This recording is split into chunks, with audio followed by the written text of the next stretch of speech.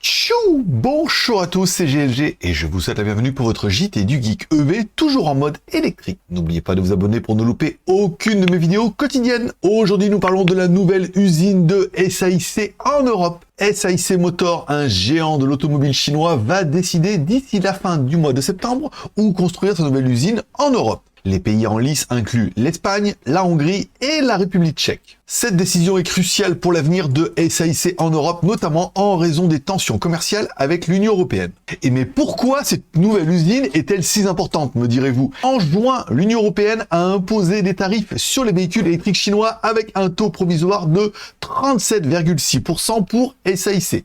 Pour contourner ces tarifs, SAIC prévoit de construire une usine dans l'État membre de l'Union européenne, ce qui permettra à l'entreprise d'éviter ses coûts supplémentaires et de rester compétitif sur le marché européen. Mais quels modèles seront produits dans cette nouvelle usine?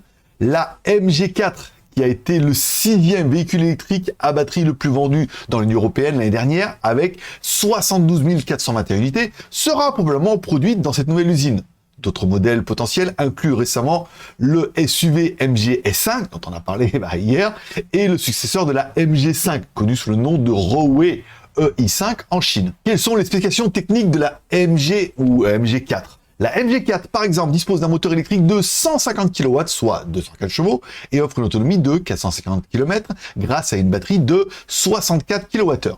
Le SUV MG S5, quant à lui, devrait avoir un moteur de 160 kW, soit 218 chevaux, et une autonomie d'environ 500 km.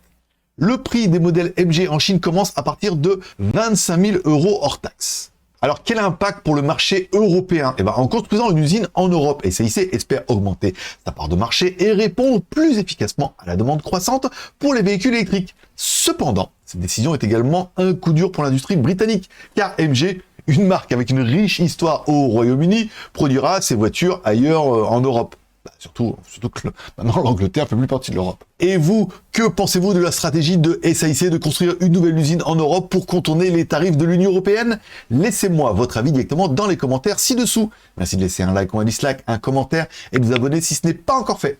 Je vous rappelle que pour plus d'informations sur les véhicules électriques et innovations automobiles chinoises, consultez nos vidéos tous les jours sur cette chaîne YouTube et vous retrouvez également les articles complets sur notre site jtgeek.com. À demain.